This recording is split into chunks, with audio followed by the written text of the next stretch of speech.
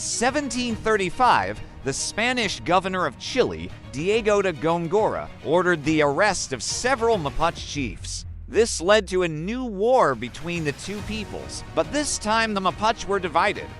Some wanted to continue the fight, while others wanted to make peace with the Spanish. The war lasted for 6 years, but in the end, the Mapuche were defeated. In 1739, the Spanish governor Francisco de Borgoco defeated the Mapuche and forced them to sign a new treaty, the Treaty of 1739. The treaty was more favorable to the Spanish than the previous one.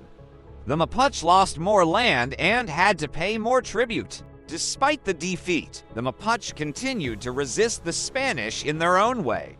In 1764, a group of Mapuche warriors led by a man named Galvarino attacked a Spanish settlement. The Spanish captured Galvarino and brought him to Santiago. There they cut off his hands and feet and left him to die. But Galvarino survived and returned to his people. When Galvarino told the Mapuche what had happened to him, they were outraged. They attacked the Spanish again, killing hundreds.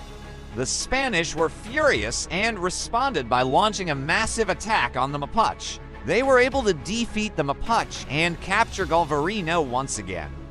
The Spanish took him to the main square of Santiago and executed him in front of the entire city. The execution of Galvarino marked the end of the open warfare between the Mapuche and the Spanish. Over the next 50 years, the Spanish would launch several more attacks into Mapuche territory. But by this time, the Mapuche had learned the importance of preserving their strength. They would fight back if necessary, but they no longer tried to defeat the Spanish. Instead, they focused on preserving their culture and way of life. However, the end of the open warfare was only temporary. In the early 1800s, Chile and Argentina won their independence from Spain. Once they were free from Spanish rule, these new countries turned their attention to the Mapuche. The Chilean government began a campaign to destroy the Mapuche way of life.